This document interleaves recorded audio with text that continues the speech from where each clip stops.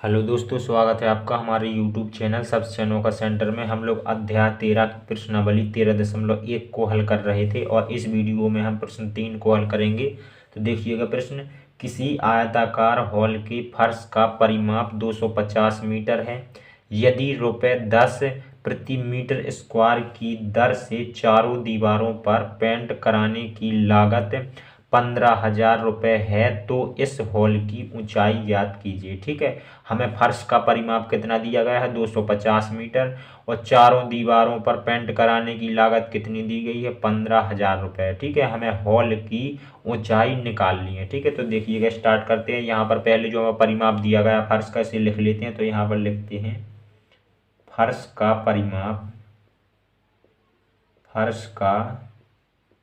परिमाप बराबर 250 मीटर। ठीक है, ये दिया गया है।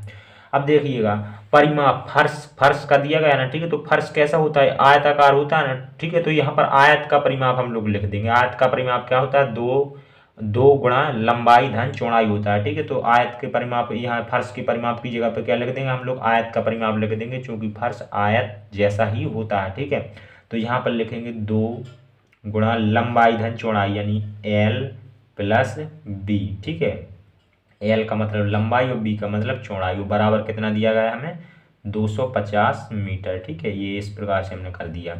अब देखिएगा अब क्या दिया गया है, यहाँ पर दिया गया है ₹10 प्रति मीटर स्क्वायर की दर से चारों दीवारों पर पेंट कराने की लागत कितनी है 15,000 रुपये। यानी कि 1 मीटर स्क्वायर पेंट कराने में हमें 10 रुपये का खर्चा आता है। ठीक है, तो यहाँ पर लिखेंगे 1 मीटर स्क्वायर क्षेत्रफल पेंट कराने की लागत बराबर 10 रुपये। ठीक है, 10 रुपये प्रति मीटर स्क्वायर का मतलब ही होता है, प्रति का मतलब होता है 1 मीटर स्क्वायर में कितने रुपए लगते हैं 10 रुपये। ठीक है, और हमें चारों दीवारों पर पेंट कराने की जो कुल खर्चा है, कुल लागत है, कितना दिया गया है 15,000 रुपये। ठीक है, तो यहाँ पर लिखेंगे चारों दीवारों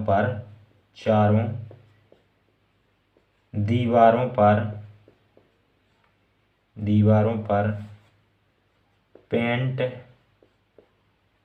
कराने की कुल लागत बराबर 15,000 रुपये। ठीक है, इस प्रकार से ये हमें दिए गए हैं। अब देखिएगा यहाँ पर हम लोग क्या करेंगे, हमें चारों दीवारों पर जो हमने पेंट करा है उसकी लागत दी गई है और 1 मीटर स्क्वायर में जो हमें लागत लगती है वो दी गई है। ठीक है, तो हम यहाँ से क्या करेंगे, चारों दीवारों का क्षेत्रफल निकाल लेंगे। तो यहाँ पर देखिएगा चारों दीवारों का क्षेत्रफल बराबर चारों दीवारों का क्षेत्रफल बराबर हम लोग क्या करेंगे, जो हमें कुल खर्च दिया गया है, कुल लागत दी गई है 15,000, इसमें हम लोग क्या करेंगे, इसमें हम लोग जो हमें 1 मीटर स्क्वायर में लागत लगती है उससे हम लोग भाग दे देंगे। ठीक है, इस प्रकार से सो हमारी चारों दीवारों का क्षेत्रफल निकल के आ जाएगा। ठीक है, हम लोग 10 से भाग देंगे तो यहाँ पर देखिएगा 10 से ये एक जीरो कट जाएगी। ठीक है, तो कितना बचा 1500 बचा। ये 1500 मीटर स्क्वायर ये है हमारा चारों दीवारों का क्षेत्रफल। ठीक है, 1500 मीटर स्क्वायर ये हमने चारों दीवारों का क्षेत्रफल निकाल लिया। ठीक है, अब देखिएगा चूंकि हॉल कैसा होता है, घनाभकार होता है। ठीक है, घनाभकार होता है, जब तो ऊंचाई निकालने के लिए कह रहा है। ठीक है, तो जो चारों दीवारों का क्षेत्रफल होता है घनाभ की चारों फलकों या कह लें पृष्ठों का क्षेत्रफल होता है, वो होता है हमारा 2h और लंबाई धन चौड़ाई ये होता है। ठीक है, हमारा घनाभ की चारों फलकों का क्षेत्रफल या फिर कह लें हॉल की चारों दीवारों का क्षेत्रफल। ठीक है, बात तो एक ही, चूंकि हॉल कैसा घनाभकार है।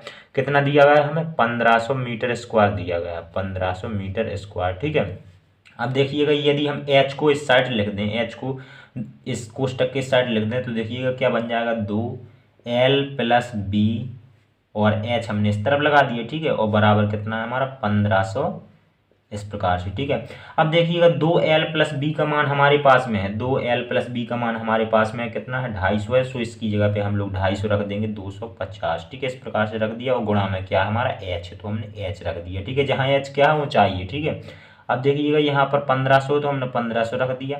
अब ये 250 1500 के नीचे पहुंच जाएगा, ठीक है, बटे में पहुंच जाएगा, क्योंकि ये गुणा में है। जब एक साइड से संख्या को दूसरी साइड गुणा की संख्या को ले जाते हैं तो वो भाग में चली जाती है। सो यहाँ पर h बराबर हमारा क्या निकल के आ जाएगा, h बराबर हमारा निकल के आ जाएगा 1500 और बटे 250, ठीक है, इस प्रकार से। अब देखिएगा यहाँ पर एक जीरो से एक जीरो कट जाएगी और कितना बचेगा 150 बटे 25, ठीक है, और 25 का भाग हम लोग 150 में दे देंगे। सो यहाँ पर हमारा भाग 6 बार में जाएगा, ठीक है, यानी कि h का मान हमारा कितना आ गया, h का मान 6 आ गया।